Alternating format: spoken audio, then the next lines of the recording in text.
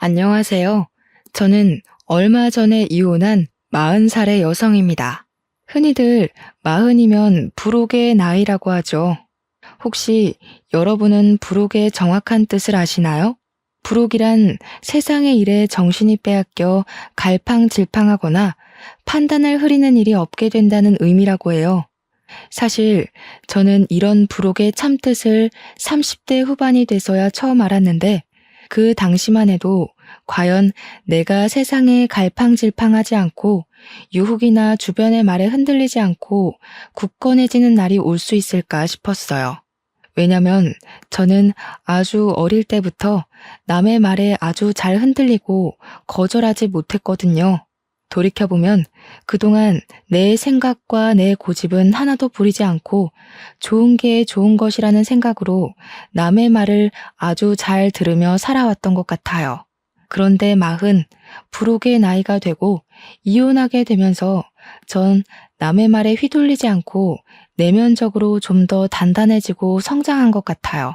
그저 유순하게만 살아왔던 제가 왜 이렇게 변하게 되었는지 지금부터 저의 이혼 이야기를 해보려고 해요. 저의 남편은 치과의사였어요. 흔히 남편이 치과의사라고 하면 잘 살 것으로 생각하지만 저는 그러지 못했어요. 왜냐하면 남편이 치과에서 돈을 벌면 그 돈이 모두 다 시댁으로 들어갔거든요. 그래서 정작 저는 경제적으로 넉넉하지 못하게 살았어요.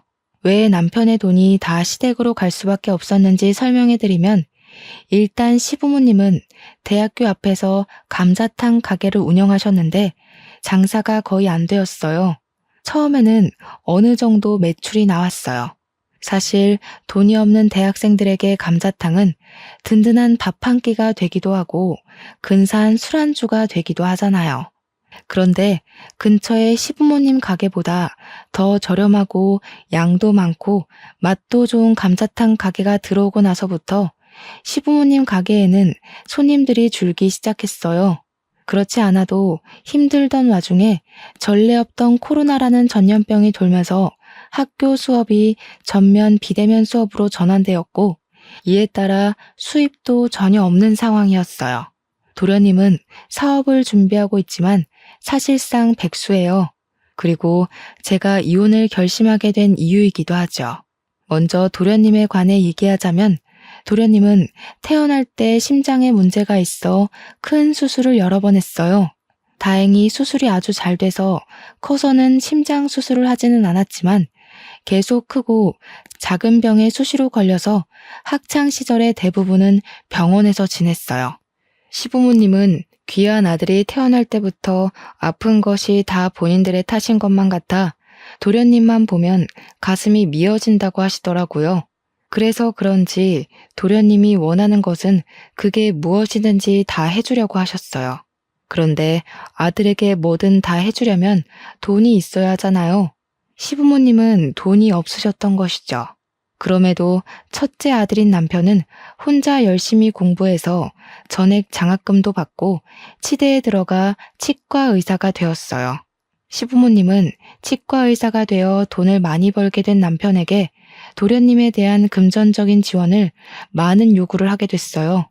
그래서 우리 남편은 도련님에게 수시로 용돈도 주고 생활비도 지원해주고 학비도 지원해주게 되었고요. 남편 역시 항상 아픈 본인의 동생 도련님이 매우 안타까웠거든요. 그렇게 온 가족이 도련님을 도와주고 아껴준 덕에 도련님은 누구나 들으면 다 아는 명문대 공대를 나름 우수한 성적으로 졸업하게 되었어요. 그런데 이렇게 명문대 공대를 졸업했으면 이제 회사에 다니며 자기 밥값을 해야 하는데 도련님은 그러지 못했어요. 어릴 때부터 워낙에 병원에서 오래 생활했기 때문에 사회성이 제로였거든요. 솔직히 학교는 성적만 잘 나오면 큰 문제가 되지 않으니 사회성이 제로여도 별 문제가 없었어요. 그런데 회사는 그게 아니잖아요. 회사는 나만 잘한다고 되는 것이 아니라 팀원들과 함께 일을 해야 하고 상사와도 잘 조율하며 지내야 하잖아요. 도련님이 일은 나름 잘하는 것 같았는데 사람과의 관계에서 너무 큰 스트레스를 받게 되었어요. 그 결과 3개월 만에 첫 회사를 때려치웠다고 해요. 몇 개월간 백수 생활을 하다가 두 번째 회사에 입사했으나 거기서도 사람들과의 관계에 스트레스를 크게 받아 1년을 채우지 못하고 또 관두게 되었어요.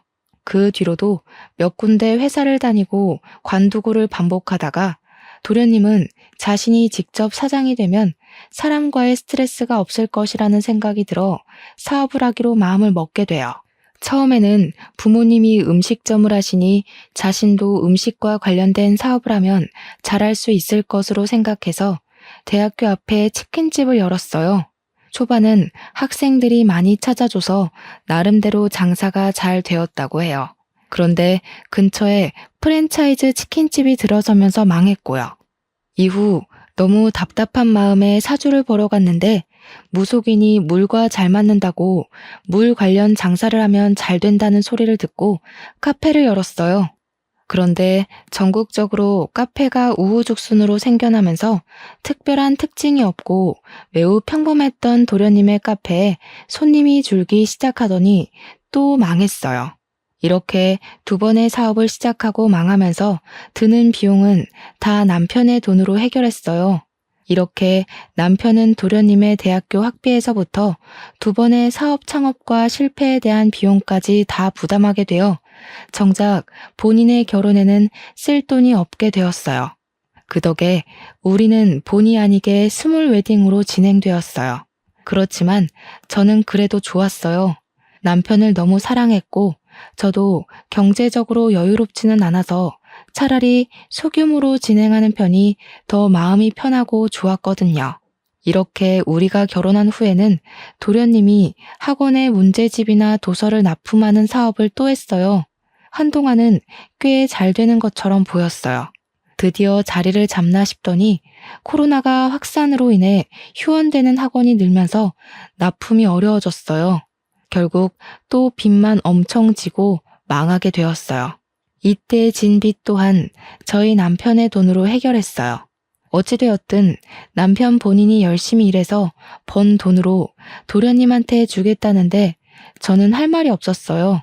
그동안은 남편 치과가 잘 돼서 도련님한테 지원해 주어도 아이가 없는 우리 둘이 사는데 큰 문제가 되지는 않았거든요. 그런데 코로나가 확산하며 사람들이 치과에 오지 않게 되자 자연스레 치과의 매출이 줄기 시작했어요. 이제 우리도 경제적으로 어려운데 이 와중에 도련님은 마스크 사업을 하겠다고 아주 당연하게 남편에게 돈을 요구하는 것이 아니겠어요.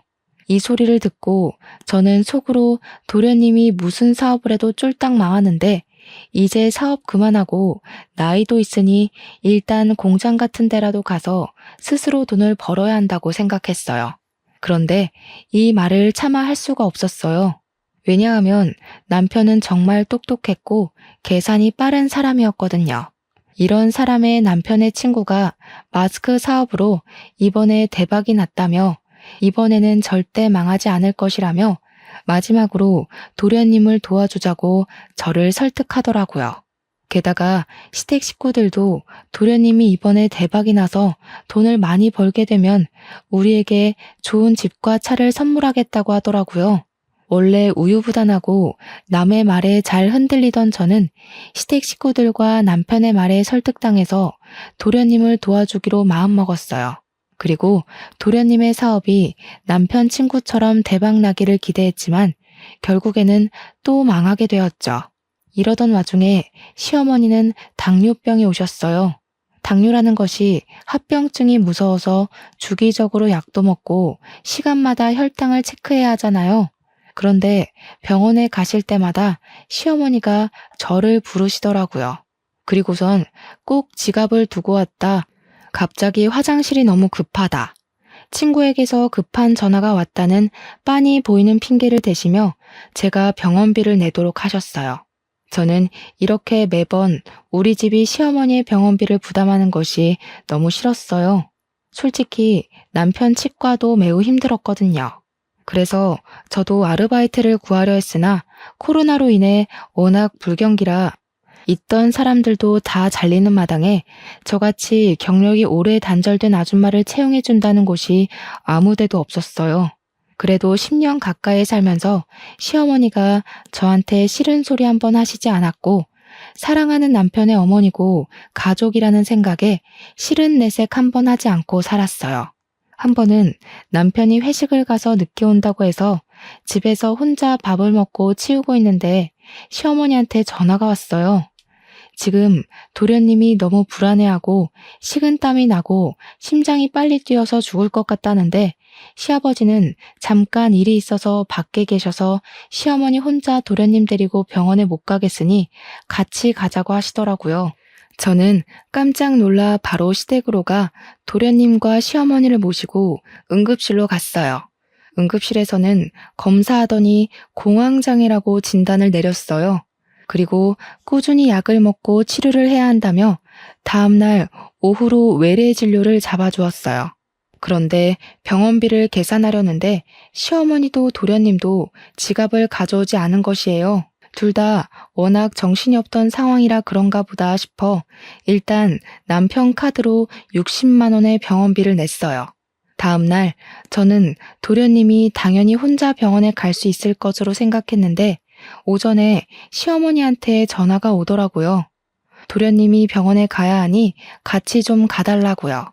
저는 조금 이해가 되지 않았지만 어제 공황 발작으로 인해 너무 놀라서 그런가 싶어서 같이 갔어요. 병원에서 진료를 다 받고 병원비를 계산해야 하는데 화장실에 가고 없더라고요. 그 앞에 그냥 있기도 좀 그래서 병원비와 약값을 모두 남편 카드로 계산했어요. 그 다음 진료일 때 이번에는 도련님이 같이 가자고 전화가 왔어요. 마침 병원 근처에 볼 일도 있고 해서 겸사겸사 갔어요.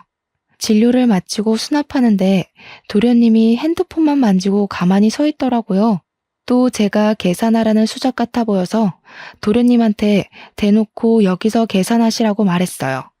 그랬더니 못 들은 척하고 핸드폰을 보며 자판기 앞으로 가서 괜히 커피를 뽑고 있더라고요. 뒤에 사람들은 많이 기다리고 있고 수납하시던 직원분도 빨리 계산하셔야 한다고 상하셔서 결국엔 남편 카드로 또 병원비와 약값을 계산했네요. 그날 제가 남편 카드를 내면서 2번 다시는 도련님과 같이 병원에 오지 않으리라 다짐을 했어요. 그 다음 진료일. 그날은 저희 친정엄마의 제삿날이었어요. 사실 전 아버지가 어릴 때 돌아가셨고 친정엄마와 둘이서 살았는데 친정엄마마저 지병으로 5년 전에 돌아가셨어요. 남편은 바쁘다는 핑계로 매년 제사에 참석하지 못해서 저 혼자 이모 집으로 가서 이모와 함께 제사를 지내곤 했어요. 그날도 제삿날이라 이모 집에서 음식 장만하느라 바쁜데 도련님한테 전화가 오더라고요. 형수, 저 오늘 병원 가야 하는데 같이 가요. 이거 어쩌죠? 저 오늘 친정엄마 제사라 큰이모 댁에 와 있어요. 이모 댁이 우리 집 근처 아니에요? 병원 예약되어 있어서 시간 많이 걸리지도 않고 제사는 밤에 지내니까 일단 나랑 같이 병원에 가요. 병원에 갔다가 다시 가서 음식 장만하고 제사 지내면 되잖아. 형수가 같이 안 가면 나 누구랑 가요? 죄송하지만 그건 힘들 것 같네요. 지금 음식 장만을 거의 못해서요. 알겠어요. 그럼 그냥 병원비나 보내줘요. 아마 저번에 나온 병원비 그대로 보내면 될 거예요. 계좌번호 지금 카톡으로 보낼게요. 제가 왜 도련님한테 병원비를 보내야 하죠? 그리고 지금 제가 이모댁이라서 돈 이체하기 힘들 것 같네요. 죄송해요. 아니, 형수 폰뱅킹 하잖아. 핸드폰으로 금방 이체하는데 그거를 왜 못해요? 왜? 이해가 안 되네? 설마 지금 그깟 병원비 아까워서 그래요? 솔직히 그 돈 형수 돈 아니잖아. 우리 형이 일해서 번 돈이잖아. 어차피 형 돈으로 생활하면서 꼴의 유세는 무슨. 못 보내주면 말아요. 병원 안 가고 확 죽어버리면 되지. 도련님은 돈을 이체하지 못하겠다는 제 말에 불같이 화를 내며 자신의 할 말만 하고 끊었어요. 저는 다른 사람이 제게 이렇게까지 화를 낸 것은 처음이라 손이 덜덜 떨리고 심장이 두근거렸어요. 누군가와 통화를 한 뒤 겁에 질린 저의 모습을 본 이모는 깜짝 놀라 왜 그러냐고 하셨어요. 그래서 저는 시댁에서 그동안 있었던 모든 일을 하나도 빠짐없이 모조리 다 이야기했어요. 혜정아, 왜 그렇게 미련하게 살아? 아무리 어려운 시댁이라고 해도 네가 아닌 것 같다 싶으면 거절도 하고 화도 내고 하며 살아야지. 안 그러면 속병 나 이거 사. 그리고 시댁과 도련님이 아무리 어렵고 힘들게 산다 해도 너희 집이 병원비며 사업비까지 다 대주는 것은 정말 아니야. 너희 시부모님 가게 하신다며. 그리고 도련님은 이제 나이 37살인데 아직도 형한테 기대서 산다는 게 말이 되니? 7살도 아니고 37살이 병원비 몇 푼이 없어서 같이 가자 그러고 돈 보내달라고 하고 너네 도련님이란 사람은 바보라니? 아니, 너나 네 남편이 로또에 당첨돼서 평생 놀고 먹고 살 만큼 돈이 있으면 도련님이라는 그 바보 등신한테 돈을 매번 갖다 줘도 아무 문제가 없어. 근데 그러지 않잖아. 게다가 지금 너네도 매우 힘들다면서. 안 그래도 남편이 한 달 벌어 한 달 겨우 먹고 사는 마당에 무슨 도련님 병원비에 사업하는 비용까지 내주느냐고. 이모는 제가 결혼 후 살아온 이야기를 듣고 나선 열변을 토하시며 저와 남편의 행동을 매우 답답해하시며 화를 내셨어요. 이모는 혜정이 네가 정말 잘 살기를 바라는 마음에서 하는 소리니까 내가 화냈다고 서운하게 생각하지는 말아줘. 그런데 시댁 병원비에 도련님 사업비 내는 문제는 더는 이렇게 하지 않겠다고 확실히 얘기해. 알겠지? 그런데 어차피 그 돈 다 남편이 번 돈이기도 하고 제가 그 돈에 대해서 이래라 저래라 얘기할 권한은 없잖아요. 그리고 그 말에서 남편이랑 싸우고 이혼하자고 하면 어떡해 해요. 내 나이가 이제 적은 나이도 아닌데. 그래, 그 돈 남편이 번 돈이긴 하지. 그런데 너희는 남남이 아니고 부부야. 좋은 일도 힘든 일도 함께 해야 하고 경제적인 것도 함께 해야 해. 그래야 진정한 부부지. 그리고 남편이 지금 밖에 나가서 돈을 벌기는 하지만 그렇다고 네가 집에서 마냥 놀기만 하니? 그건 아니잖아. 그렇죠. 저도 집안일 하는데 그건 헛수고로 알고 있고 남편은 가족에게 돈을 쓰는 걸 당연하게 생각하더라고요. 자기 가족 무시하냐고 화만 내고. 너도 남편이 밖에서 돈을 잘 벌어오도록 매일 아침밥 차려주고 청소와 빨래와 같은 집안일에 신경 쓰지 않고 바깥일에만 집중할 수 있도록 너도 잘 내조를 하잖아. 그렇게 집안에서 너의 본분을 다하며 네 생각을 이야기했는데 남편이나 시댁에서 네 이야기를 들어주기는커녕 도리어 화를 낸다? 그러면 너도 이 사람들과 인연은 여기까지인가 보다 생각하고 이혼해. 좀 당당하게 좀 살아 이거사. 네가 이렇게 시부모랑 남편한테 쩔쩔매고 사는 거 엄마가 하늘에서 보면 얼마나 속상하시겠니? 이모가 엄마 이야기를 하시는데 순간 눈물이 뚝뚝 떨어졌어요. 이모는 너무 착하고 여린 네가 잘 살아야 하는데 답답하게 사는 것 같아 속상한 마음에 말이 세게 나왔다고 미안하다고 하시더라고요. 그래도 이모의 말은 잊지 말고 명심하라고 신신당부를 하셨어요. 이모의 말씀을 들으며 그동안 내가 얼마나 미련하게 살아왔는지 느낄 수 있었고 이제는 이렇게 살지 말아야겠다고 다짐을 했어요. 이모 앞에서 어린아이처럼 울다가 겨우 진정이 되었는데 시어머니한테 전화가 왔어요. 너는 말이야. 지금 지호가 공황장애로 중내산해 하는데 병원을 같이 가주지는 못할 망정. 어떻게 돈을 안 보내주니? 그러다가 애 잘못되면 네가 책임질 거니? 어머니, 죄송하지만 지금 제가 친정엄마 제사 준비 중이라서요. 아직 음식 장만을 거의 못해서 바빠요. 제가 시어머니와 통화하는 것을 보더니 이모가 한숨을 푹 쉬시며 제 핸드폰을 가져가셨어요. 안녕하세요. 저 혜정이 이모 되는 사람입니다. 아, 네. 안녕하세요. 지금 며느리랑 통화해야 하니 좀 바꿔주시겠어요? 그런데 제가 아까부터 상황을 지켜보니 혜정이 도련님이 좀 아프신 것 같던데 혜정이가 도련님의 보호자도 아니고 엄마도 아닌데 왜 자꾸 혜정이한테 같이 병원에 가자 돈을 달라고 하시는지 모르겠네요. 사돈이 잘 모르시는 것 같아서 말씀드리는데 도련님이라는 사람은 사돈의 아들이지 제 조카 혜정이의 아들이 아니에요. 지금 말 다 하셨어요? 걔한테 무슨 소리를 어떻게 들었는지는 모르겠지만 가족끼리 병원에 같이 가기도 하고 힘들면 병원비도 좀 지원받고 그러고 사는 거 아니겠어요? 네, 가족인데 물론 서로서로 도와가며 잘 살아야죠. 그런데 문제는 지금 도련님이라는 분은 한 번도 혜정이나 혜정이 남편에게 도움이 된 적 없었잖아요. 대학 학비에서부터 사업으로 생긴 빚, 병원비까지 다 지원을 받으면서 남편에게 고마워한 적 한 번이라도 있으세요? 있으시냐고요? 아니, 이 여자가 왜 남의 가정에 이래라 저래라 훈수질이야? 남의 가정이라뇨? 저의 조카 가정입니다. 저도 훈수 둘 자격 충분히 있어요. 그리고 사돈, 제가 한마디만 더 하겠는데 도련님의 병원비는 본인이 직접 해결하던가 아니면 사돈이 해결하세요. 안 그래도 힘든 조카 집에 더는 손 벌리지 마시고요. 아시겠어요? 이모는 제가 그동안 하고 싶었던 모든 말을 저 대신 시원하게 해주시고 전화를 끊으셨어요.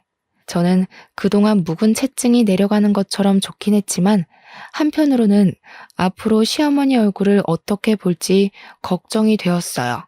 그런데 이모는 시어머니와 통화 후 고개를 갸우뚱거리시더라고요.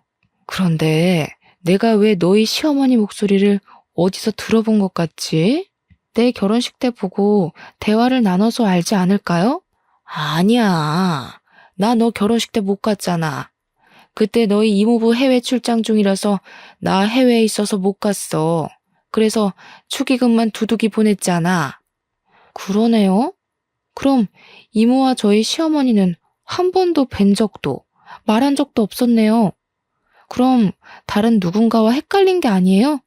아니야. 분명히 어디선가 이 말투, 이 목소리 들었어. 아, 너 시어머니 이름이 혹시 이금자 맞니? 이모가 시어머니 이름을 어떻게 아세요? 나 원참 어이가 없어서 이렇게들 운명이었나 보다. 충격 먹지 말고 잘 들으렴. 사실 신혼 시절 때 네 이모부가 한번 바람을 피웠어. 그때 이모부가 바람 핀 것을 알고 이모부 상간녀랑 정말 징글맞도록 싸웠어. 당연히 그랬지. 나는 네 이모부를 정말 사랑해서 결혼까지 했는데 그런 이모부가 다른 년이랑 바람이 났다고 하니 내 눈이 안 뒤집히겠니? 네? 이모부가 바람을 폈었다고요? 그래. 그래서 내가 아주 그 상간녀랑 머리털 붙잡고 대판 싸웠단다.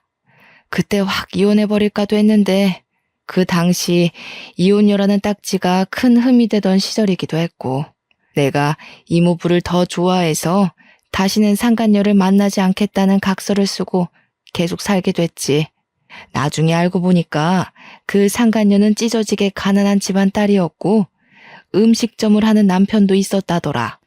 그런데 음식점도 잘 안 되고 남편과도 사이가 그다지 좋지 않았었나 봐. 그래서 대기업에 다니는 네 이모부 꿰어서 팔자 좀 펴보려고 일부러 접근한 요새 말로 말하면 꽃뱀이었더라고. 근데 그때 그 상간녀가 바로 이 금자, 너희 시어머니야. 네? 그럼 이모부의 상간녀가 바로 저희 시어머니셨다고요? 그런데 그 상간녀의 남편이 있었다면서요. 그럼 시어머니가 시아버지랑 결혼하고 나서 이모부랑 불륜을 저지른 거예요? 그럼 시아버지도 이 상황을 아세요? 그때 너희 시아버지는 망해가는 음식점 살리겠다고 고군분투하느라 아마 몰랐을 거야. 아니, 자기 남편은 먹고 살겠다고 그리 용을 쓰는데 마누라라는 사람은 도와주지는 못할 망정 돈 많은 남자 꿰어서 재혼할 생각을 했다는 게 말이 되니? 게다가 말하는 것이며 행동이 어찌나 무식하던지. 아무튼 그때 정말 이금자라는 여자한테 아주 학을 뗐다. 어떻게 세상에 이런 일이 있을 수가 있어요? 이래서 정말 사람 일은 한치 앞도 모른다고들 하나 봐요. 혜정아, 내가 방금 든 생각인데 이 일은 너만 알고 있어. 그러다가 나중에 네가 이제는 정말 이혼을 해야겠다 싶을 때 그때 크게 터트려서 써먹으렴. 그동안 너를 이렇게 마음고생했는데 그냥 좋게 이혼하기에는 뭔가 조금 아쉽지 않겠니? 이모는 나중에 언젠가 크게 써먹을 일이 있을 것이라며 일단 이 충격적인 사실을 모른 척하라고 하셨어요. 저는 이모의 말씀에 알겠다고 했어요. 다음 날 엄마의 제사를 무사히 마치고 집에 와 늦잠을 자고 있는데 시어머니가 집으로 오라고 전화가 왔어요. 전날 이모와 대화하며 더는 답답하게 살지 말아야겠다고 다짐은 했지만 어디 사람 본성이 어디 가나요. 전날의 패기는 다시 다 잊은 채 시댁에 떨리는 마음으로 갔어요. 시댁에 도착하니 시어머니가 도끼 눈을 뜨고 저를 쳐다보았어요. 야, 너네 이모한테 무슨 얘기를 어떻게 했길래 우리 집을 욕먹게 만들어? 그깟 병원비 얼마나 한다고? 어머니 당뇨병 병원비에 도련님 공황장애 병원비까지 솔직히 한 달에 병원비만 50에서 60만 원이나 나와요. 게다가 예전에 도련님 사업하고 망한 빚까지 아직 갚고 있고요. 솔직히 이제 치과도 코로나로 타격이 큰데 매번 병원비 부담하기가 너무 벅차요. 어머, 얘 나한테 화내는 것 좀 봐라. 그래도 너희 집이 가장 경제적으로 여유롭잖아. 그리고 그 돈이 네 돈이니? 다 우리 지훈이가 치과에서 열심히 일해서 번 돈이지. 내가 네 돈 내라는 것도 아니고 우리 아들 돈 내가 쓰겠다는데 왜 네가 호들갑이야? 시어머니의 어이없는 말씀에 저는 기가 막혀서 말문이 턱 막혔어요. 그리고 우리 아들이 그렇게 죽을 똥 쌀 똥으로 일하는데 네가 언제 도와준 것 있니? 말이 나와서 말인데 다른 집 며느리들은 애도 키우고 애들 다 크면 알아서 기어나가서 일하고 돈 벌어서 시부모 호강시켜주고 하던데 너는 애가 무슨 강목처럼 딱딱하기만 하고 그런다고 집안일을 잘하는 것도 아니고 네가 애를 낳아서 떡두꺼비 같은 손주를 안겨준 것도 아니고 너는 며느리의 본분을 다 했는지 너 자신을 돌아봐. 알겠니? 어머니, 아무리 그래도 너무하신 것 아니에요? 어떻게 제게 그런 말씀을 하세요? 집에서 우리 아들이 주는 돈으로 놀고 먹으면서 그동안 남편 돈이 시댁으로 얼마나 흘러가는지 감시나 하고 살았어? 옛날 같으면 넌 애 못 낳아서 진작이 쫓겨났어. 사실 저희 부부는 정말 아이를 갖고 싶어서 시험관 시술을 3번이나 진행해서 겨우 임신에 성공했어요. 시어머니는 저의 임신 소식을 듣고 얼른 다니던 회사를 관두라고 하셨어요. 임산부가 회사에 다니면 안 좋다고요. 저는 계속 다니고 싶었지만 시어머니의 권유도 있었고 입덧이 너무 심해서 어쩔 수 없이 회사를 관두게 되었어요. 그렇게 회사를 관두고 집에 있는데 시어머니가 하루도 빠짐없이 우리 집에 오셔서는 사사건건 잔소리를 하셨어요. 임산부는 무조건 좋은 것만 봐야 하고 오직 영양식과 건강식으로만 먹어야 하며 TV와 핸드폰도 봐서는 안 된다며 제 일상생활의 모든 것을 제약하셨죠. 시어머니는 첫 손주이니 건강히 출산하고 싶은 욕심에 그러신 것이겠지만 저는 이 모든 것이 스트레스로만 다가왔고 결국엔 유산이 되고 말았어요. 그 뒤로 아이는 저희에게 찾아오지 않더라고요. 유산 후 저는 다시 일을 구해보려 했지만 시어머니는 아이를 가져야 한다며 제가 회사에 나가는 것에 결사반대하셨어요. 그런데 이제 와서 며느리의 도리를 운운하시며 애도 못 낳고 회사도 못 다니는 바보처럼 이야기하시니 제가 화가 많이 나더라고요. 그래서 저는 어제 이모한테 들은 시어머니의 과거를 알고 있다고 말하기로 했어요. 일종의 협박인 셈이었죠.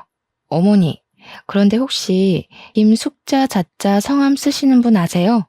김숙자? 나야 모르지. 근데 무슨 갑자기 뚱딴지 같은 소리야? 모르세요?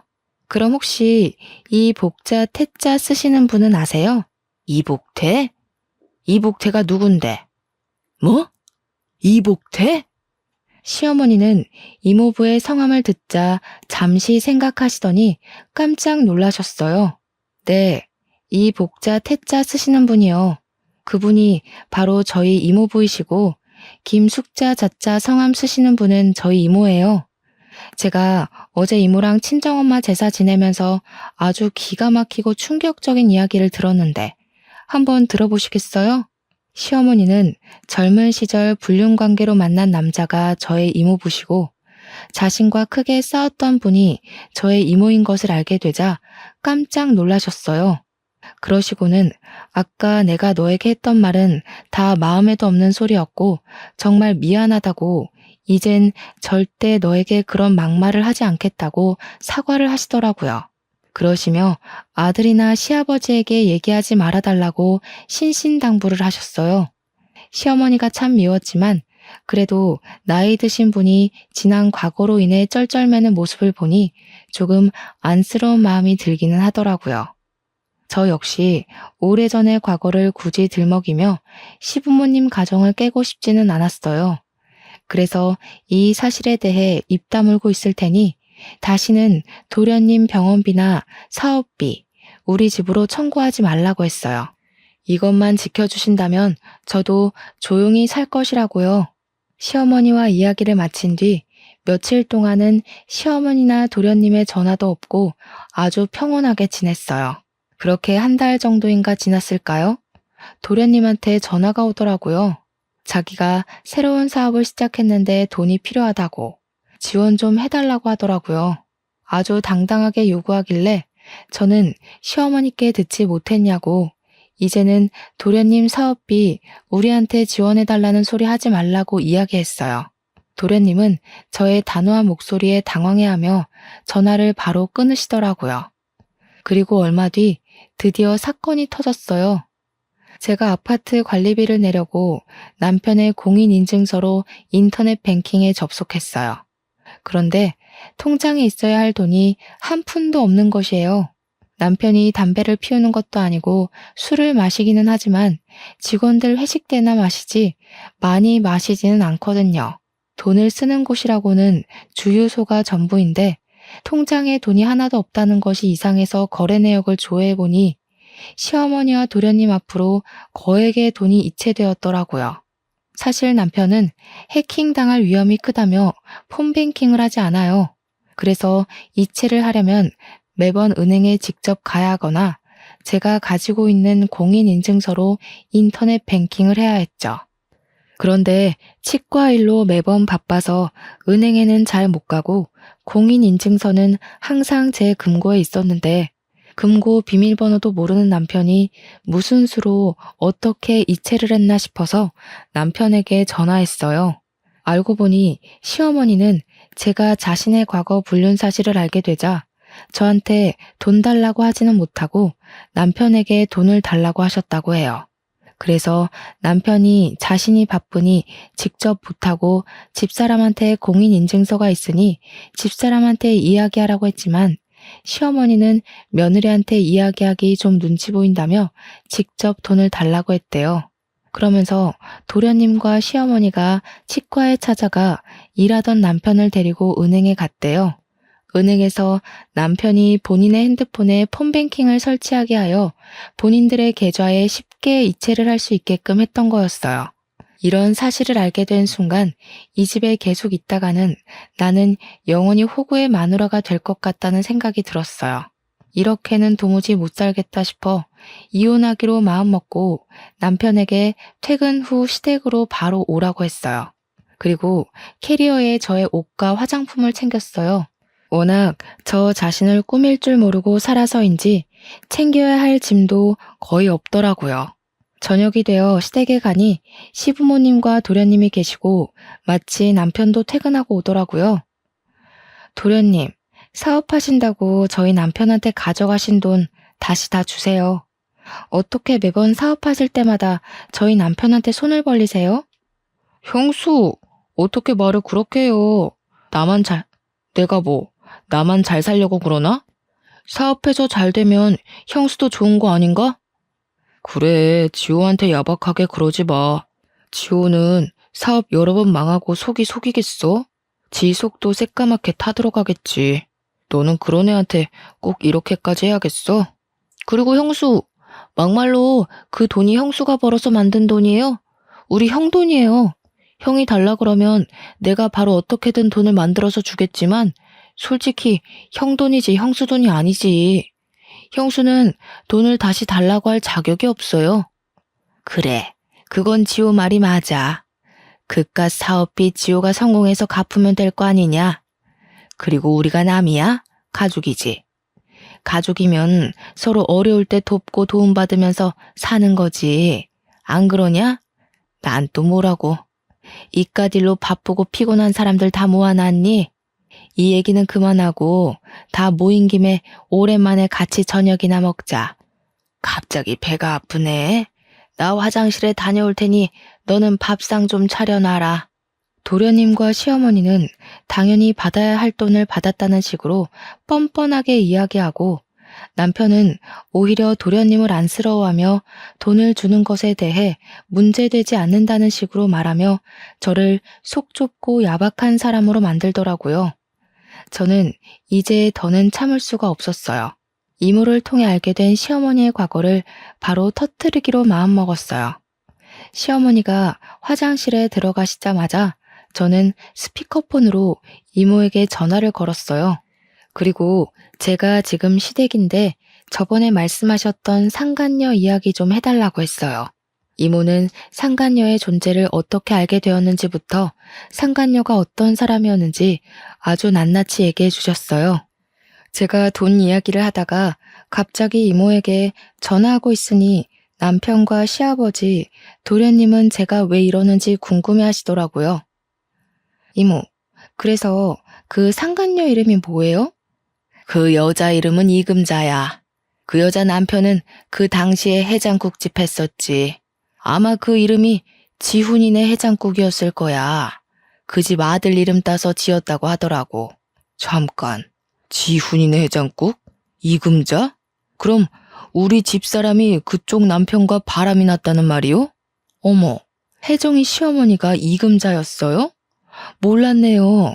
그때 당시 이금자 남편은 망해가는 국밥집 살린다고 고생하며 있는데 이금자 그녀는 내 남편한테 꼬리치고 있던 사실 알고 그 남편도 참 불쌍하다 했는데 뭐 아무튼 그쪽 집안일은 알아서 잘 해결하시고 혜정아, 이모는 바빠서 끊는다.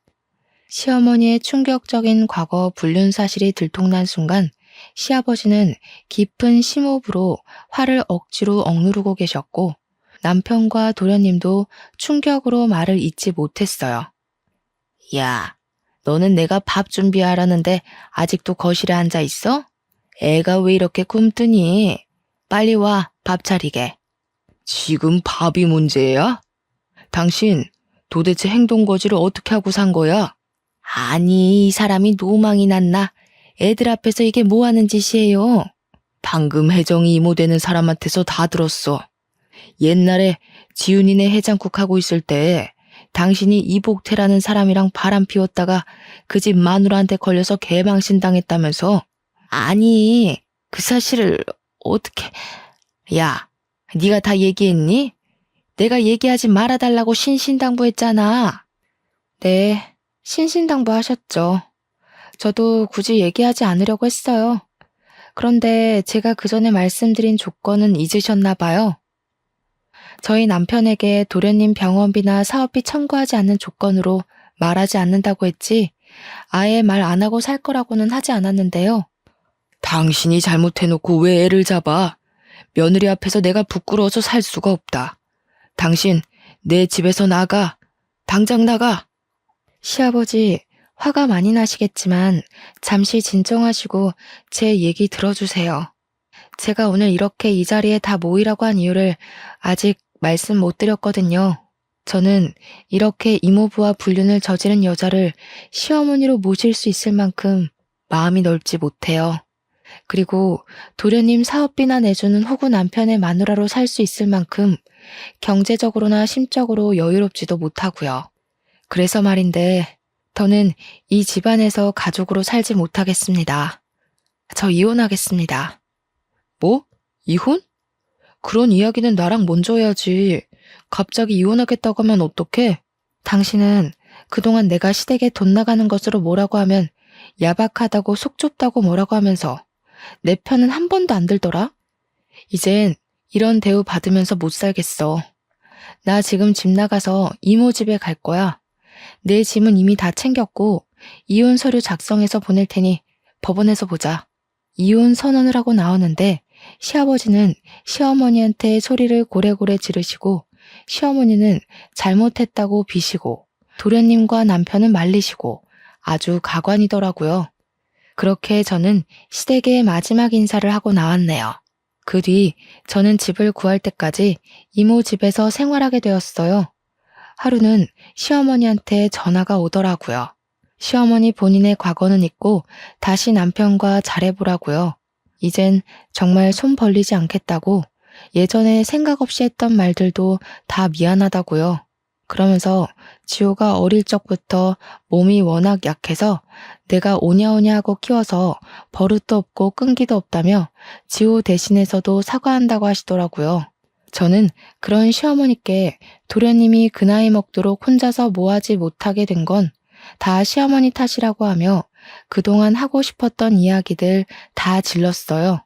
그리고 이미 전 이혼하기로 했고 저의 이 결정 번복하지 않겠다고 분명히 저의 뜻을 밝혔어요.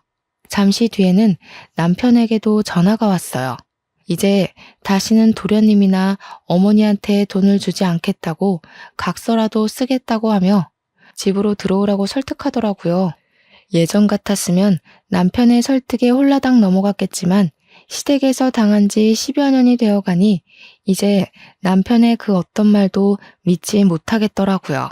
그래서 남편에게 원래 늘 그래왔듯 딱하고 안쓰러운 동생과 시어머니 평생 뒷바라지나 하면서 살라고, 그렇지만 나는 호구의 마누라로 살지는 못하겠으니 우린 이혼이라고 확실히 못 박아두었네요.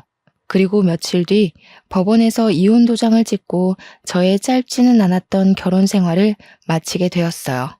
사실 아빠가 일찍 돌아가셔서 혼자 힘들게 저를 키우는 엄마를 보면서 저는 절대 남편과 사별하거나 이혼하지 않고 남편과 함께 평생 행복하게 살아야겠다고 생각했어요. 그래서 남편과 시댁이 제게 부당한 것을 요구해도 저는 제 의견 하나 표현하지 못한 채 바보처럼 끌려다니며 살아왔던 것 같아요. 원래부터 제 성격이 그렇기도 했고요. 그런데 이렇게 답답한 성격이었던 제가 이혼이라는 과정을 겪고 부록의 나이가 되어보니 이젠 아닌 건 아니라고 말할 수 있게 되었고 예전보다는 남들의 눈치 보는 것 없이 내면적으로 단단하게 변한 것 같아요. 사실 이혼하고 나서 한 회사에 들어가게 되었는데 이혼녀라는 딱지가 있고 경력이 단절된 나이 많은 제가 과연 잘할 수 있을까 걱정이 너무 많았어요. 제가 워낙 눈치도 빠르고 순간 집중력이 좋아 업무는 빨리 익히는 편이지만 사람들과의 관계는 정말 어려웠거든요. 결혼 전 회사 다닐 때는 사람들한테 이리 치이고 저리 치이며 스트레스를 정말 많이 받았던 것 같아요. 그런데 이제는 회사에서 사람들과 관계를 맺을 때 한결 마음에 여유가 있는 기분이에요. 때로는 제가 정말 남들의 말에 휘둘리지 않고 흔들리지 않는 진짜 부록이 된 것 같아 저 스스로가 기특하기까지 해요. 흐르는 나이는 막을 수 없으니 이런 저도 순식간에 쉰이 되겠죠. 쉰은 지천명의 나이, 하늘의 명을 깨닫는 나이라고 해요. 평생 흔들리고 넘어질 것 같은 제가 부록의 나이를 지나 단단해진 것처럼 저의 지천명의 나이에는 하늘의 뜻을 알고 지혜롭게 사는 제가 되도록 부단히 노력해야겠다는 생각이 드네요. 그래서 하늘 어딘가에서 저를 보고 있을 친정엄마를 먼 훗날 다시 배웠을 때 엄마에게 잘 살았다고 칭찬받는 딸이 되고 싶네요. 저의 이혼 이야기를 하고 나니 저보다 젊은 나이에 혼자가 되어서 힘들게 저를 키우셨을 엄마가 사무치게 그립네요. 엄마의 자랑스러운 딸이 되기 위해서 열심히 그리고 더 야무지게 이 세상을 살아내리라 다짐을 하며 저의 기나긴 이야기를 마칩니다. 들어주셔서 감사합니다.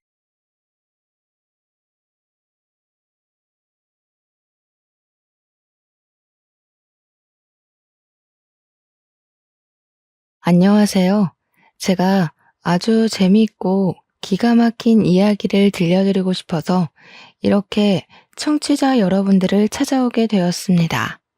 제가 어떤 이야기를 하실지 엄청나게 궁금하시죠? 간단하게 제 소개부터 드리자면 저는 30대 중반의 여자입니다. 저에게는 아주 귀한 귀인이라는 친구가 있는데요. 이 귀인이라는 친구와 있었던 제 인생에 잊지 못할 순간들을 이야기하려고 사연을 올립니다. 세상에 이런 친구가 제 옆에 존재한다는 것 자체가 너무나도 고맙고 행복합니다. 귀인이 덕분에 제가 아주 버러지 같은 놈과 이별할 수 있게 되었거든요. 그러면 지금부터 여러분들이 아주 궁금해하실 그 이야기들을 모두 풀어보겠습니다. 제가 귀인이를 알게 된 건 중학교 시절이었습니다. 30 중반이 된 지금은 귀인이 말고도 같이 노는 친구 2명이 더 있는데요. 이렇게 넷이 한 모임을 하고 있습니다. 기쁠 때나 슬플 때나 검은 머리 파풀이 될 때까지 우정을 함께 하자고 약속한 사이입니다. 하지만 이 모임은 귀인이 덕분에 만들어졌다고 해도 과언이 아니랍니다. 제가 중학교 3학년 시절로 돌아가 제 인생에 잊지 못할 슬픈 이야기부터 시작을 해보도록 하겠습니다. 중학교 3학년 새 학기를 시작했을 때 귀인이와 짝꿍이 되었습니다. 중학교 1학년 시절부터 귀인이에게는 좋지 않은 소문이 들러붙어 있었습니다. 귀인이의 엄마가 무당이라 귀신 들린 아이라고 가까이 가면 큰 화를 입는다는 소문이었습니다. 세탁기 골목 안쪽에 있는 선녀 보살집이 귀인이네 집이라더라. 그 집에서 무당이 될 준비를 하고 있다더라. 아니다, 선녀 보살이 귀인이라더라 하는 소문 말이죠. 무성한 소문이 중학교 1학년 때부터 따라붙었던 귀인이는 자연스럽게 전교생이 기피하는 왕따가 되었습니다. 귀인이 자체도 공부에 취미가 없는 건지 친구들이랑 어울리는 게 싫은 건지 학교에 도착하면 내내 잠만 자는 아이이기도 했고요.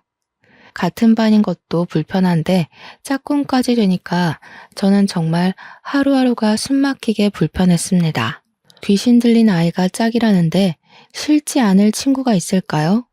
짝이라지만 며칠 지내보니 서로 말을 섞을 일도 없고 저도 어울리는 친구들이 따로 있었기 때문에 부딪힐 만한 일은 일어나지 않았습니다.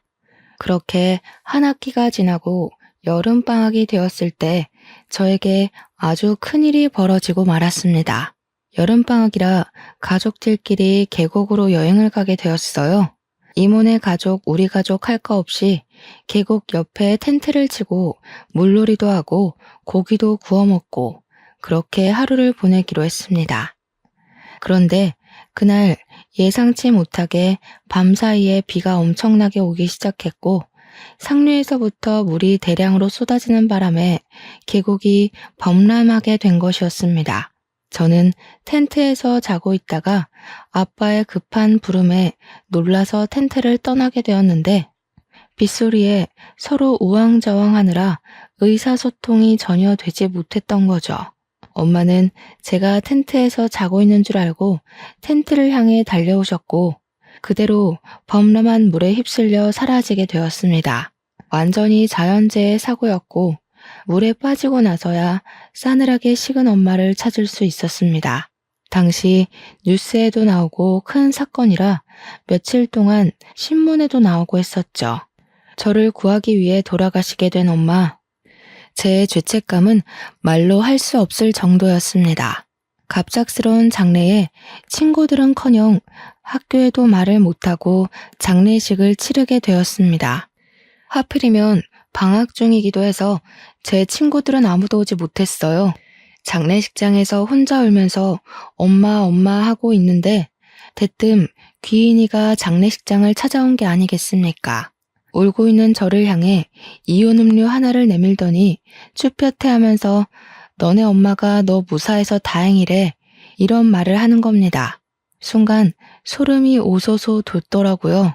저희 엄마가 돌아가신 걸 친구들도 선생님도 아무도 모르고 있었으니까요. 아무리 뉴스에서 연일 보도가 된다고 해도 누가 죽었는지 어디서 장례식을 치르는지는 나오지 않으니까요. 제가 너무 놀라서 눈물이 뚝 멈추더라고요. 그래서 귀인이를 붙잡고 물어보았습니다. 여기는 어떻게 알고 온 거냐고 물었더니 저한테 너도 나 소름 돋는다고 피할 거 아니니? 하고 되묻더라고요. 피하지 않을 테니까 사실대로 이야기해달라고 했더니 귀인이가 한숨을 푹 쉬면서 이야기를 해주었어요.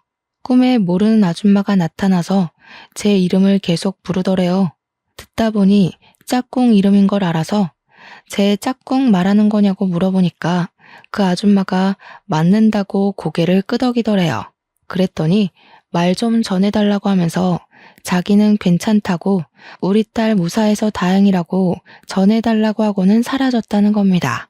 다음날 눈 뜨자마자 인근 장례식장에 전화를 돌려서 제 이름을 대니까 딱 이곳에서 알려주더라는 겁니다.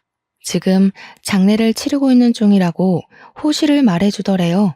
말을 전해달라고 꿈에 찾아왔는데 그냥 무시하는 건 예의가 아닌 것 같아서 찾아온 거라고 하더라고요.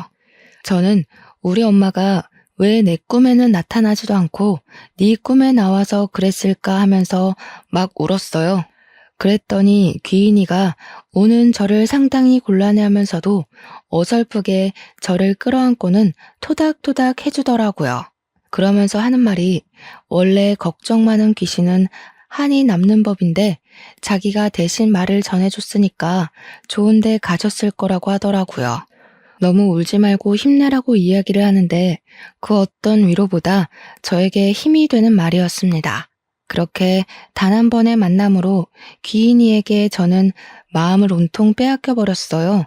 방학이 끝나고 학교에 가게 돼서부터는 혼자 밥 먹고 잠만 자는 귀인이를 깨워서 엄청나게 챙겨주었습니다. 저랑 친했던 애들은 귀인이랑 어울리는 저를 보고 왜 귀인이랑 노냐고 저를 문책하기도 했지만 저는 아무것도 상관하지 않았습니다. 제가 귀인이 뒤를 졸졸 쫓아다니니 자연스럽게 단짝이 되었고 저랑 친했던 친구들이랑은 멀어지게 되더라고요.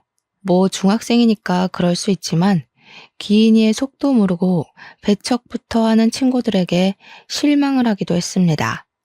다행인 건 귀인이랑 제가 같은 고등학교에 진학을 하게 되었다는 것이었어요.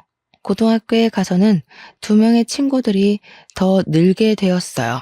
지금까지도 모임을 하고 있는 친구들입니다. 물론 사람을 대하는데 서툰 귀인이를 대신하여 제 친화력이 한몫한 거긴 하지만 다들 귀인이의 내면을 바라봐 준 듯 했습니다. 그 뒤로 우리 넷은 진짜 단짝이 되었어요.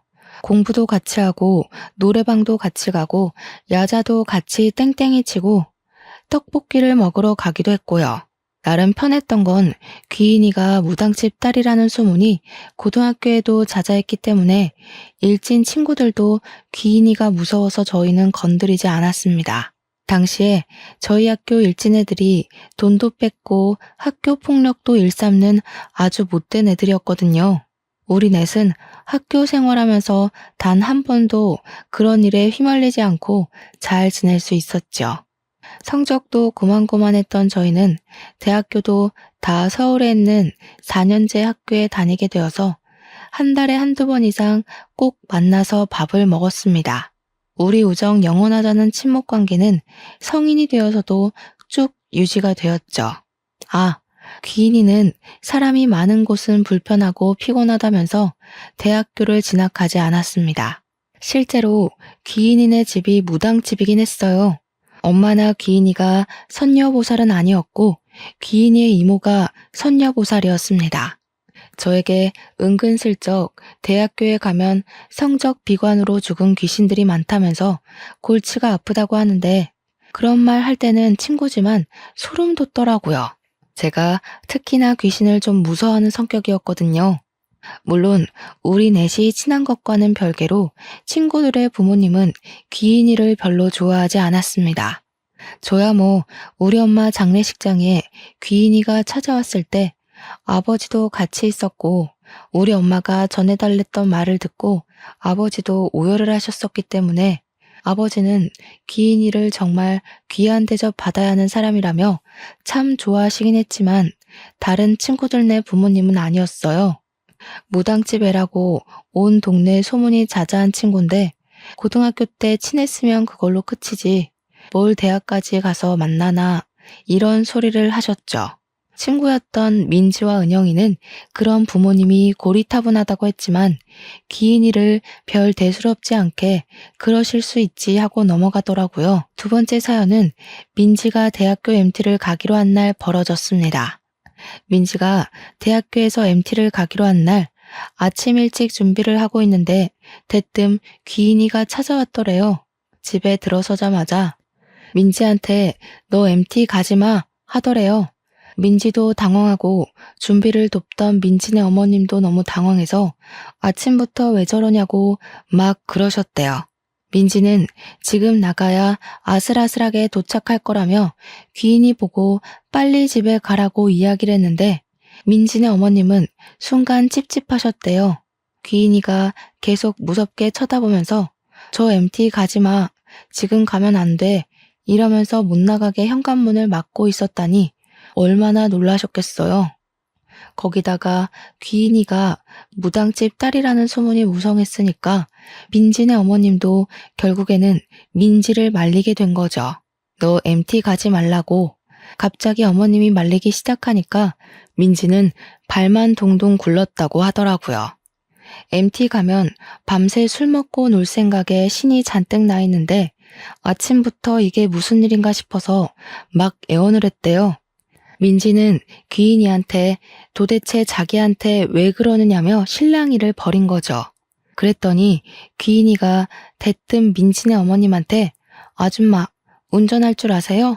하고 물어보더래요. 귀인이 표정이 살벌하기도 하고 영 찜찜한 애라고 생각이 들었는지 완전 쫄아서 할 줄 안다고 대답하셨대요. 그러니까 귀인이가 애가 정 가고 싶다고 하니까 2시간 뒤에 아줌마 차 타고 같이 가죠. 집까지만 태워주세요. 했대요. 그러니까 민지네 어머님이 말릴 수도 없고 싫다고도 못하는 우왕좌왕하는 사이에 민지 휴대폰에 연락이 막 쏟아지더랍니다. 학교 친구들이 너 왜 안 오냐? 지금 출발해야 된다 하면서 언제 오냐고 물어보더라고요.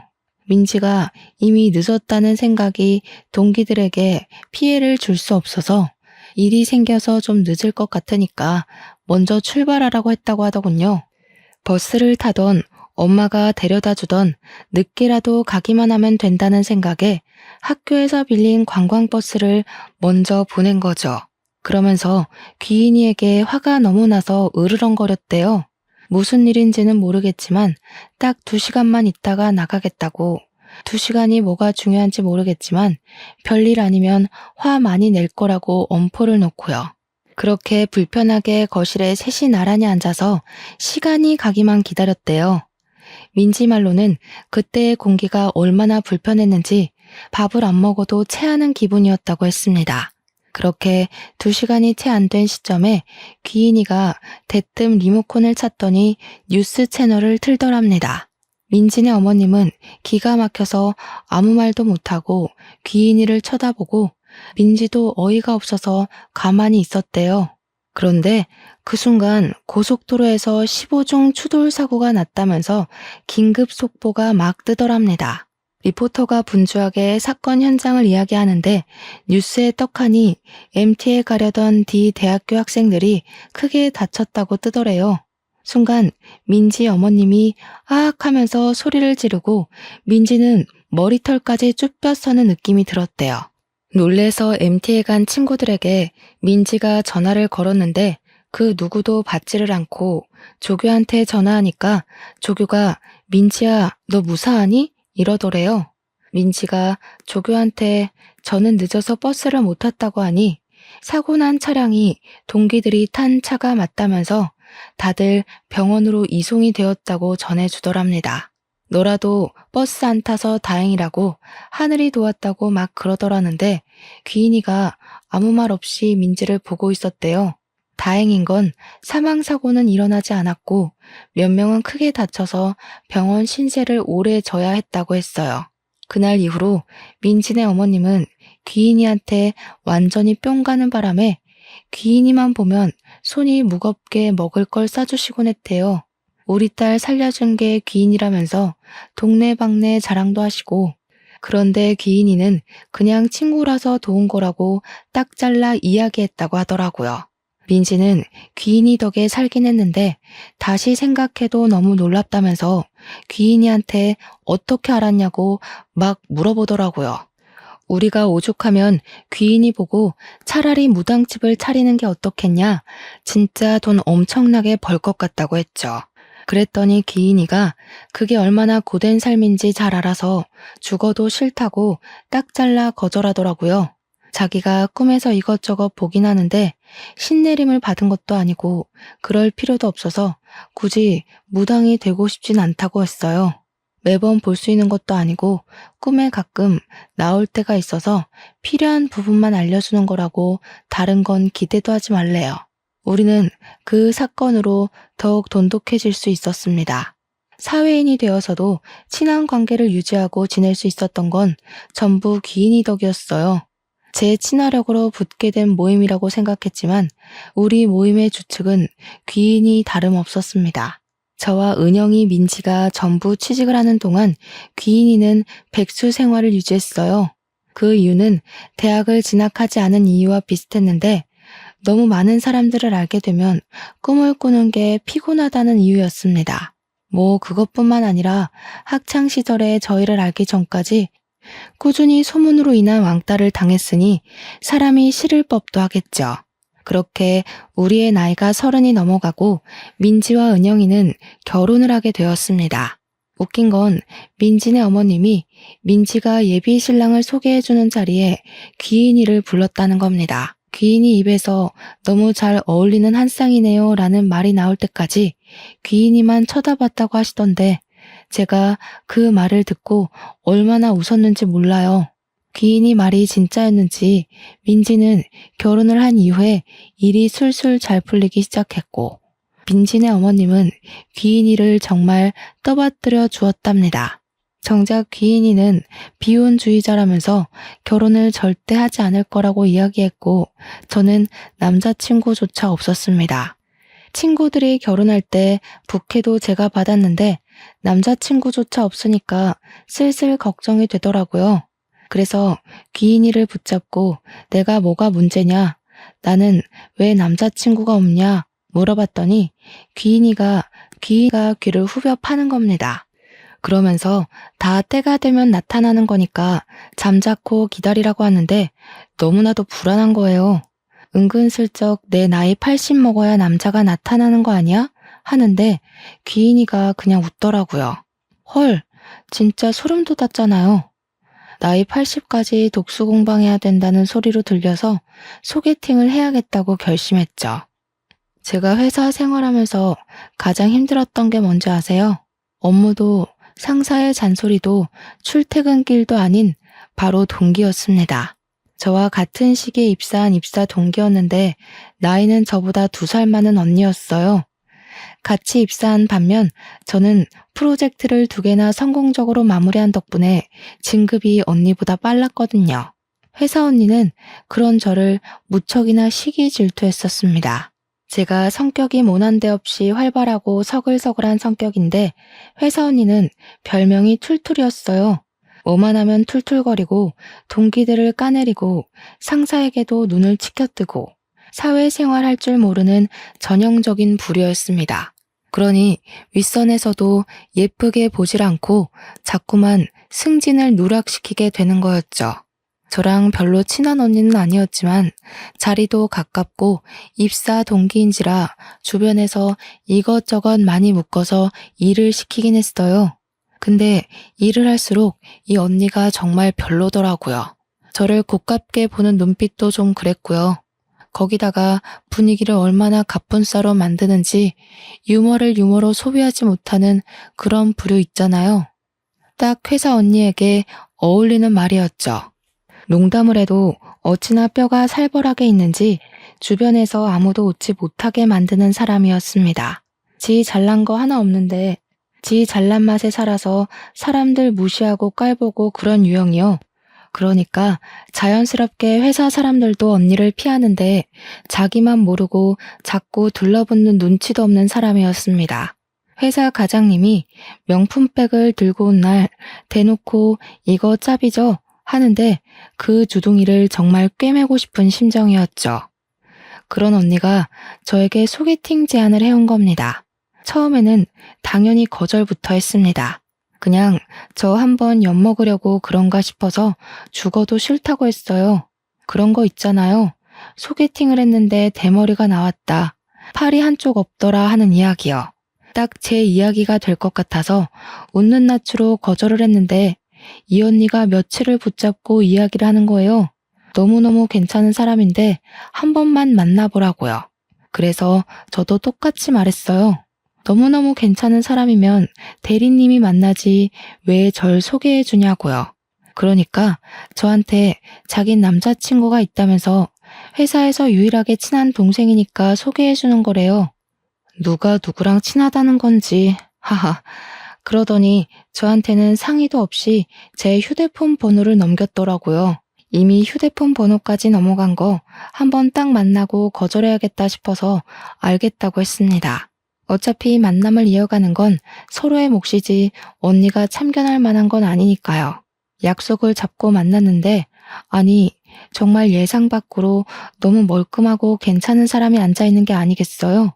무슨 생긴 게 한쪽 쌍꺼풀만 있고 가마도 쌍가마라서 미신을 믿는 저에게는 좀 걸리는 부분이긴 했지만 너무너무 괜찮은 사람이었습니다. 배려심도 좋고 말도 유머 있게 하는데 생긴 것까지 진하게 생겨서 호감형 얼굴이고 키까지 컸어요. 더군다나 대기업에 다닌다고 하니까 두 번 볼 것도 없는 최고의 신랑감으로 느껴진 거죠. 그때는 살짝 의문이 들긴 했습니다. 회사 언니는 왜 이런 로또를 저에게 소개해 준 걸까 하는 의심이죠. 하지만 그것도 잠깐. 결국 동기 언니에게 고맙다고 인사를 할 정도로 괜찮은 사람이라는 걸 알고 나서부터는 저는 그 남자에게 푹 빠지게 되었습니다. 한 번 만남이 두 번이 되고 두 번이 다섯 번이 되고 그렇게 시간이 갈수록 이 남자는 저와 천생연분이라는 생각이 들었습니다. 그래서 셀 수 없이 만남을 지속했을 무렵 저는 그 남자와 연애를 하기 시작했어요. 데이트를 할 때마다 조수석 차 문을 열어주고 안전벨트를 매주는 그런 세심한 남자였죠. 제가 지나가는 말로 와, 귤이 나올 때가 됐네. 벌써 귤 먹고 싶다 하니까 집으로 귤을 박스로 배송해주는 그런 남자였어요.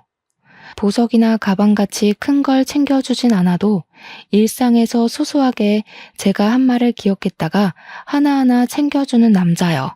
가랑비에 젖는다는 말처럼 저는 그에게 푹 빠져버렸고 이 남자 없는 일상은 생각할 수조차 없게 되었습니다. TV를 보다가도 와 저기 가보고 싶다 하는 곳은 기억해뒀다가 저를 꼭 데리고 가주는데 어찌 싫어할 수가 있을까요? 거기다가 취미생활도 완전 잘 맞는 거예요. 제가 은근히 몸치라서 운동 종류를 정말 싫어하거든요. 그런데 이 남자도 운동을 싫어한다고 하더라고요. 물론 그런 것 치고는 군살도 없고 매끈한 몸매이긴 했지만 영화관이라든지 전시회를 간다든지 제가 좋아하는 취미들을 일일이 챙겨주었어요. 당연히 연애하는 기간이 길어지면서 제 친구들에게도 자연스럽게 소개를 시켜주게 되었습니다. 결혼한 두 은영이 민지 그리고 귀인이까지 해서 5명이서 만났는데 제 길을 살려준다고 계산도 다 하고 친구들 하나하나 너무 잘 챙겨주었어요. 말도 잘 통하고 분위기도 잘 이끌어가는데 일부러 제 길을 더 살려주고 싶어서 하는 행동들이 있지 않겠어요? 저 대신 심부름을 대신해준다던가 제가 뭘 흘리면 나서서 치워준다거나 하는 모습이요. 결혼한 친구들은 세상에 저렇게 다정한 사람이 또 어디 있겠냐면서 저에게 빨리 결혼하라고 하더라고요. 평생 공주 대접 받고 살 수 있겠다 하면서 부럽다고 하는데 정작 귀인이는 아무 말도 안 하고 있었습니다. 오히려 결혼은 다 때가 되면 하는 거 아니겠냐고 제 남자친구를 보는 둥 마는 둥 시큰둥하게 구는데 괜히 좀 그렇더라고요. 제가 나서서 남자친구한테 궁금한 거 없냐고 물어보라고 하니까 은영이가 짓궂게 연봉 얼마 받아요? 차는 있어요? 집은 작아요? 하면서 말했어요. 물론 농담이었으니까 다들 깔깔거리면서 웃고 있는데 귀인이만 무표정으로 밥만 먹는 겁니다. 괜히 귀인이 눈치도 보이고 마음이 엄청나게 찝찝했어요. 그렇게 1년을 꽉 채워 연애를 하고 남자친구는 저에게 반지를 주면서 프로포즈를 했습니다. 저와 평생을 함께하고 싶다는 말에 저도 좋다고 우리 이제 결혼하는 거냐고 하니까 화사하게 웃어주더라고요. 양가의 허락을 받고 결혼 준비를 하자고 하면서 저한테 모아둔 돈이 얼마가 있냐고 물어보더라고요. 그때까지 서로의 연봉이 얼만지 모아둔 재산이 얼만지 정확하게 오픈을 하지 않았었거든요. 원래 결혼할 때 되면 다 알아야 하는 거라고 하길래 저는 솔직하게 이야기를 했어요. 적금은 8천만 원 정도 있고 월급은 이 정도 된다. 예전에 아버지께서 증여해 주신 오피스텔을 한 채 가지고 있어서 월세를 받고 있다고 했어요. 그러니 남자친구가 이 말을 긁적이면서 자기도 솔직하게 할 말이 있다고 하더라고요. 사실 자기는 집에 빚이 좀 있어서 모아둔 돈이 없대요. 그래도 결혼하고 나면 갚을 거 별로 안 남아서 괜찮을 거라고 하는데 제가 진짜 심각하게 당황을 했습니다. 빚이 있는 사람일 거라고는 전혀 생각을 못 했었기 때문이었어요. 항상 세련된 옷을 사입었고 손목시계나 벨트도 제가 알기로는 꽤 명품이었던 걸로 기억을 했거든요. 거기다가 대기업도 다니고 하니까 못해도 1억은 모았을 거라고 생각했죠. 제가 다니는 기업이 중견기업인데 모은 돈이 8천만 원이었으니까요. 물론 제가 가진 오피스텔이 위치가 좋아서 월세가 쏠쏠하기도 했지만 빚은 상상도 못했던 일이었죠. 제가 당황해하자 남자친구는 저를 설득하기 시작했습니다. 8천만 원 모은 돈에 오피스텔로 담보대출을 받아서 전셋집도 구하고 식도 올리자는 거예요. 그래서 저는 놀래서 자기는 얼마가 있는 거냐고 다 내 돈으로 해야 하냐고 물어보았더니 남자친구가 별일 아니라는 듯이 이야기를 하는 겁니다. 어차피 결혼해서 애라도 낳게 되면 육아휴직도 해야 하고 자기 월급으로 생활해야 하는 거 아니냐고요. 나중에 다 자기가 번 돈으로 노후 생활을 하게 될 건데 빡빡하게 너 돈, 내 돈 갈라치기 해야 되냐고 하더라고요. 근데 또 듣고 보니까 틀린 말도 아닌 것 같았습니다. 그때라도 발에 땀나게 도망을 갔어야 했는데 제가 설득이 되고 만 거죠. 그 뒤로부터는 순조롭게 결혼식 준비가 진행되는 듯 했습니다.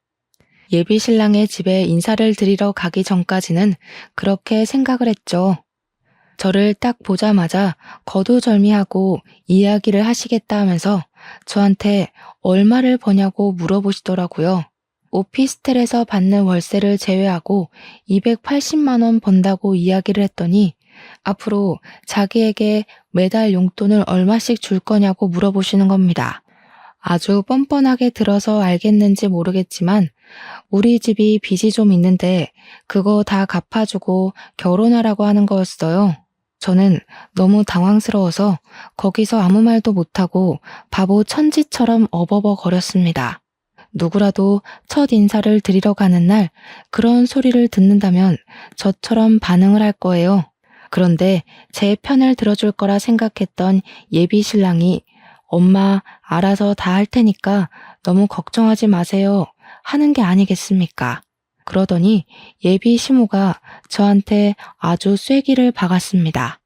나는 우리 아들이랑 살아보고 혼인신고는 나중에 했으면 좋겠다는 마음이 있네.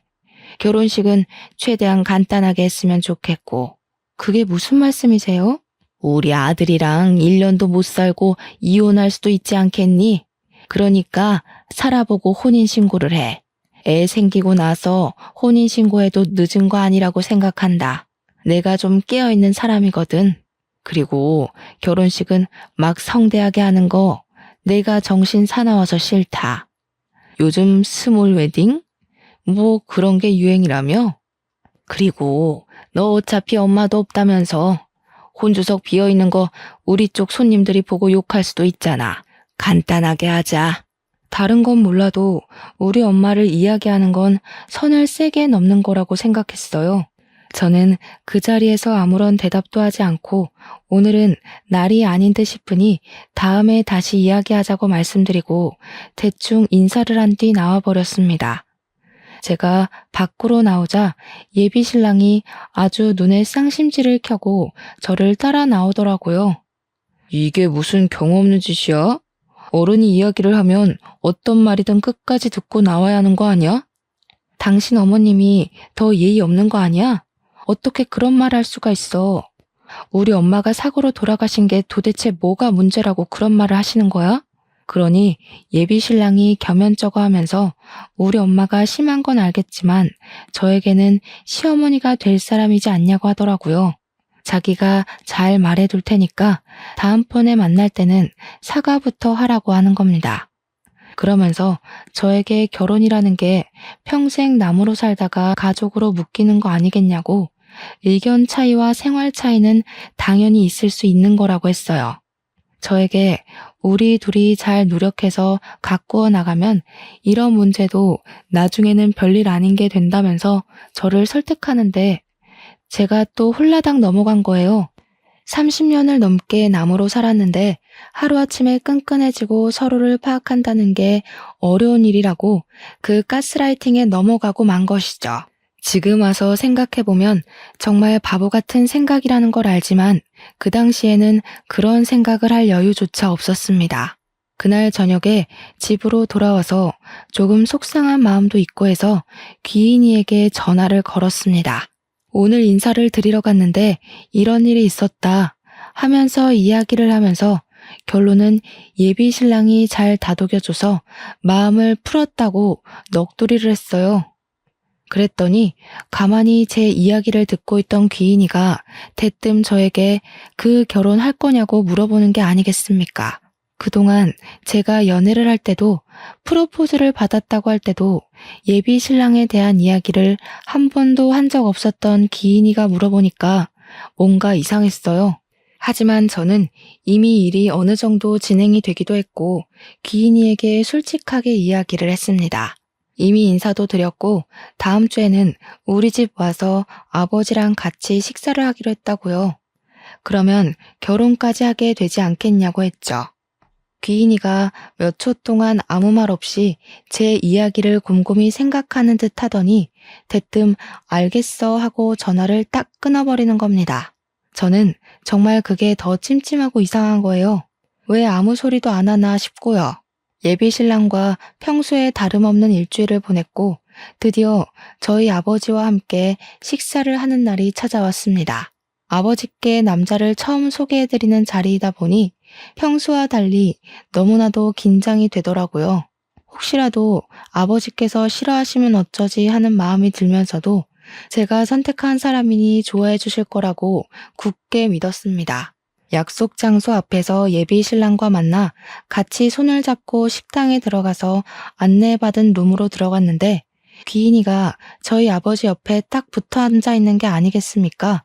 저는 너무 놀라서 뭐야? 하고 물어보았습니다. 너 여기에 왜 있어? 하니까 귀인이가 아무렇지 않게 아버지가 같이 밥 먹자고 부르셔서 왔어. 이러더라고요. 예비 신랑의 얼굴은 좋지 않아 보였지만 아버지께서 귀인이를 보면서 끄덕이시더라고요. 내가 같이 밥 먹자고 불렀다. 우리 가족이나 다름없는 귀한 친구이니만큼 같이 보는 게 좋을 것 같아서 그랬어.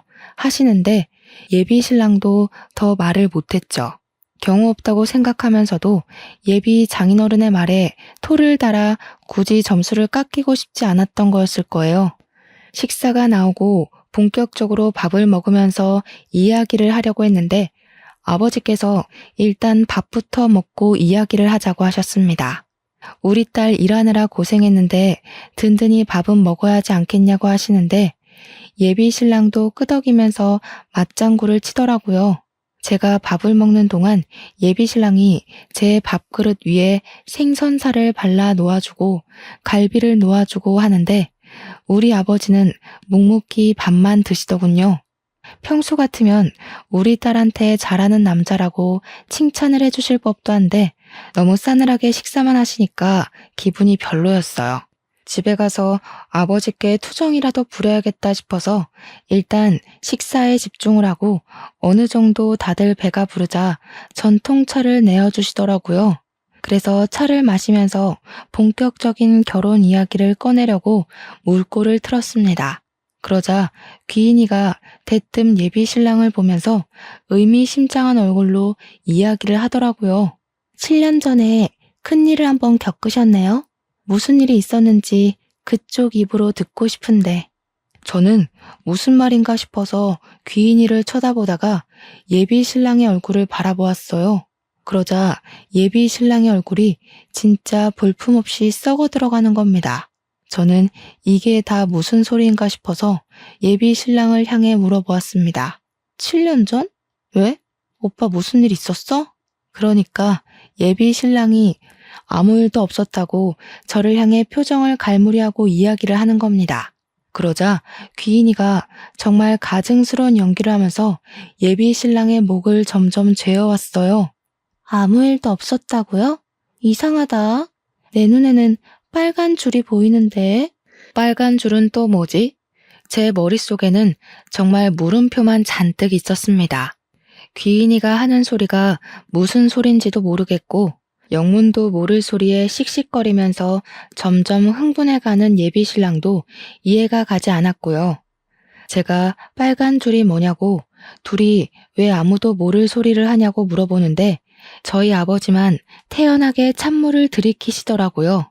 하지만 미간이 잔뜩 찌푸려져 있는 걸 봐서는 아버지도 대충 무슨 내용인지 아는 것 같았습니다. 저만 아무것도 모르고 있는 상황이라 점점 기분이 나빠지기 시작했어요. 귀인이가 계속해서 7년 전 이야기를 꺼내자 예비 신랑이 벌떡 일어나서 저를 향해 소리를 쳤습니다. 뭐 이런 게 다 있어? 너 뭐야? 너 지금 다 알고 이러는 거야? 너 내 뒷조사를 했어? 이게 얌전한 줄 알았는데 아주 엉큼한 계집애였네.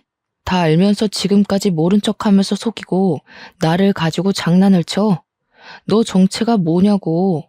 저는 저렇게 소리를 지르는 예비 신랑도 처음 봤고 아무것도 모르는 저한테 화를 내니까 어이가 없었습니다. 이게 다 무슨 개소린가 싶어서 말을 해달라는 표정으로 귀인이를 쳐다보니까 정말 평소에 볼 수 없는 눈빛을 하고 귀인이가 호통을 쳤습니다. 이모가 선녀보살이라더니 귀인이가 꼭 선녀보살이 된 것 같은 모습이었어요. 어디 앞길 창창한 애들을 꼬셔다가 죄다 폐인을 만들어 놔? 네가 그러고도 사람이야? 네 뒤에 들러붙은 원통한 귀가 한두 개인 줄 알아?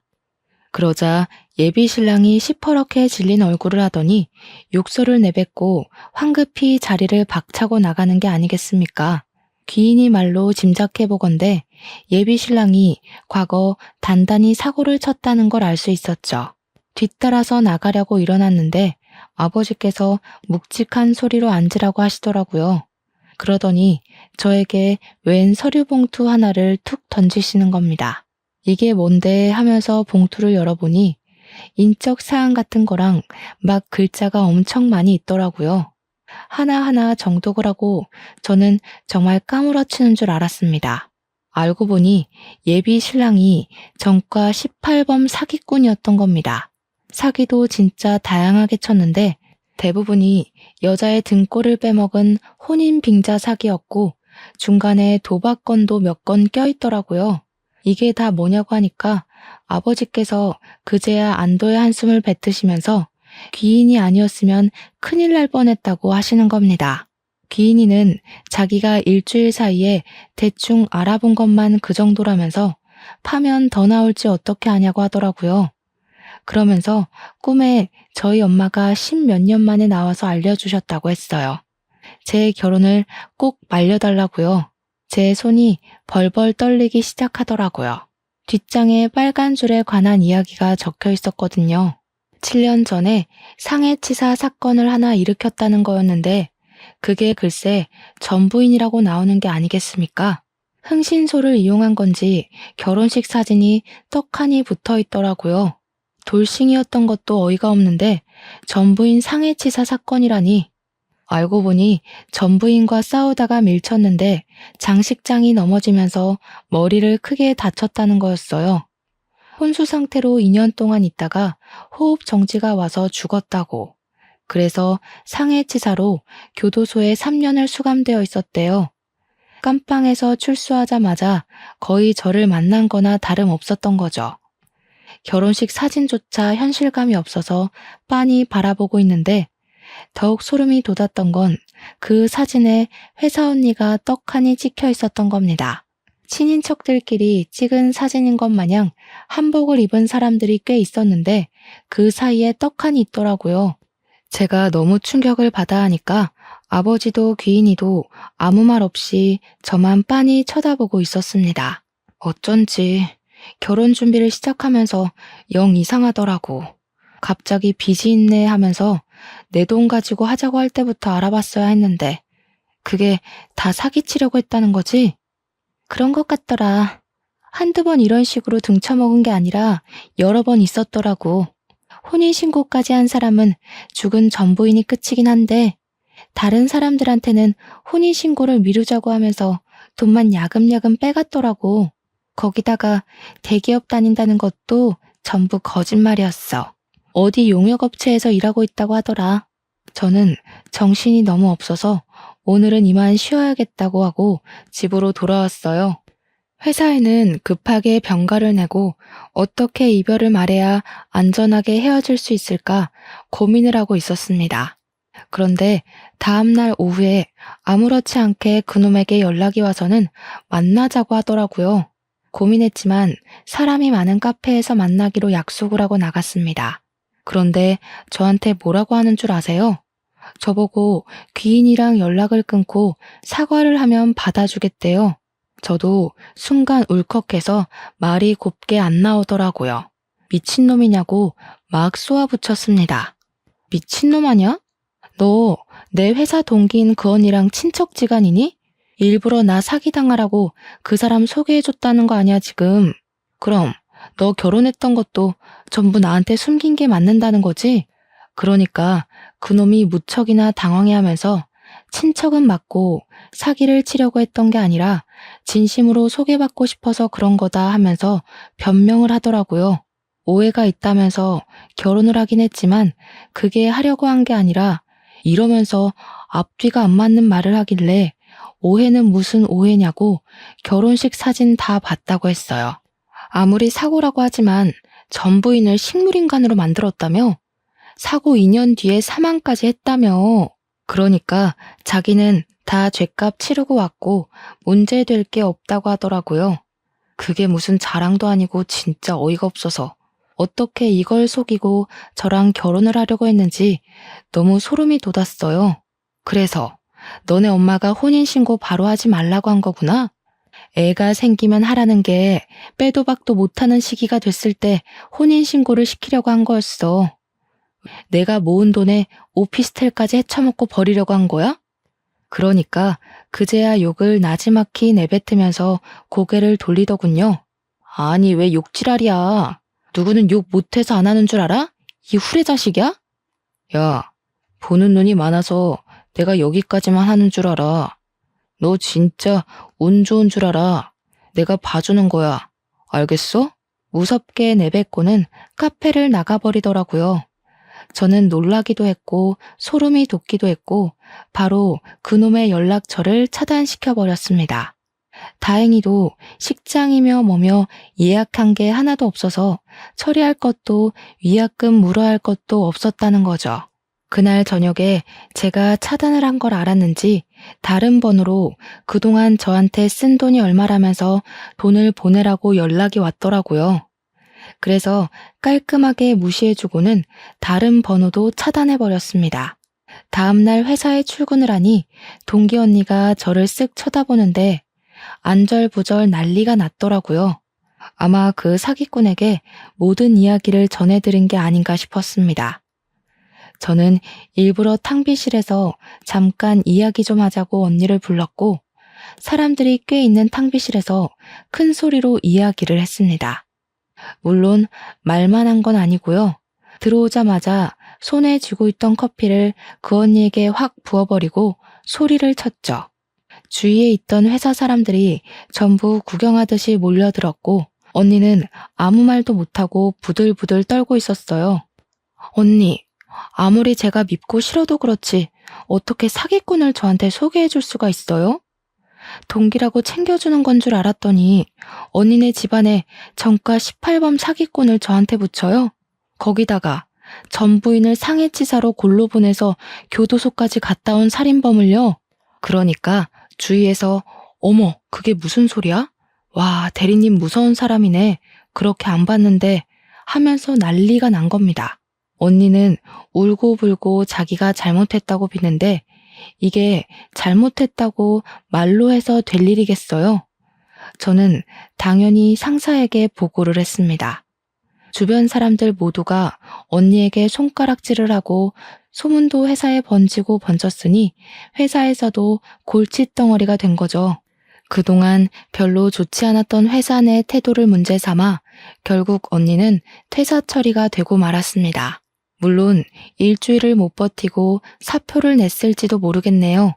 그 뒤로 저는 여전히 귀인이를 은인으로 모시면서 잘 지내고 있습니다. 우리 아버지는 저보다 더 귀인이를 챙기면서 지내고 계시고요. 둘이 저 빼놓고 소주 마시러 다니고 있더라고요. 참나. 그래도 귀인이 덕에 고마운 일이 많아서 저는 너무 감사할 따름입니다. 귀인이가 저한테 슬쩍 다 때가 있으니까 조용히 기다리라고 삶이 흘러가는 대로 살면 좋은 인연이 나타날 거라고 하더라고요. 언제 만날지 모를 그 인연을 기다리면서 저는 오늘의 삶을 충실하게 살고 있답니다. 이런 저의 사연 어떠셨나요? 긴 사연 들어주신 여러분, 감사합니다.